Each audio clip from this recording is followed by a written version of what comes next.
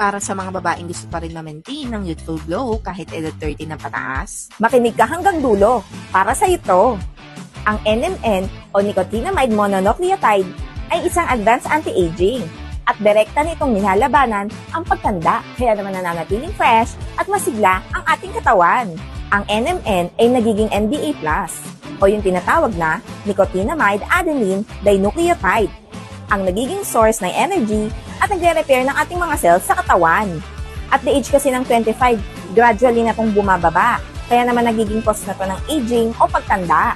Alam niyo ba na ang NMN ay na-research at pinagkakatiwalaan ng mga experts ng Harvard University?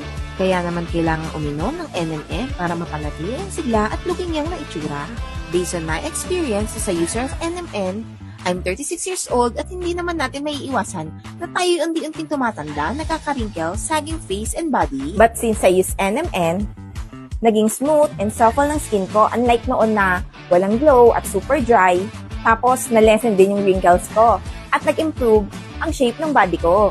I was surprised dahil I now look gaya ng photo ko taken 5 years ago. Sa mga kababaihang kagaya ko, na gusto pa rin maging masigla, magkaroon ng maganda, firm na balat at less wrinkles, I recommend na simulan mo na rin uminom ng NMN. Masarap sa pakiramdam na para kang nagbalik sa pagkabata.